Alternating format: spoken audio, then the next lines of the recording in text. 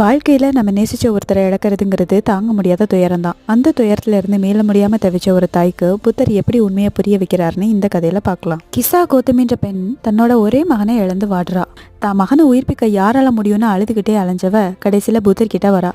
புத்தர் அவகிட்ட நிச்சயமாக உன்னோட மகனை உயிர்ப்பிக்கலாம், ஆனால் அதுக்கு நீ ஒரு நிபந்தனையை நிறைவேற்றணும்னு சொல்கிறாரு. யாரும் இறக்காத ஒரு வீட்டில் இருந்து ஒரு கைப்பிடி கடுகை வாங்கிட்டு வான்னு அனுப்புகிறாரு.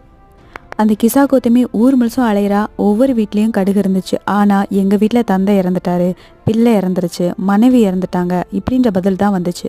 மரணம் நிகழாத ஒரு வீட்டை கூட கண்டுபிடிக்க முடியலை. நம்ம வாழ்க்கையில் மாற்றமும் இழப்புகளும் தவிர்க்க முடியாதது. கவலைப்படுறதுனால இழந்தது திரும்பாது. உண்மையை ஏற்றுக்கிட்டு முன்னேறது தான் ஞானம். கடந்த கால துயரங்களை நினச்சிட்டு இருக்காம நிகழ்காலத்தில் வாழ பழகிக்கணும். உங்கள் எண்ணங்க தான் உங்களோட வாழ்க்கையை தீர்மானிக்கும். அதனால் நல்லதே எண்ணுங்க, நல்லதே நடக்கும். இந்த கதை உங்களுக்கு பிடிச்சிருந்தா சேனலை மறக்காமல் சப்ஸ்கிரைப் பண்ணிக்கோங்க.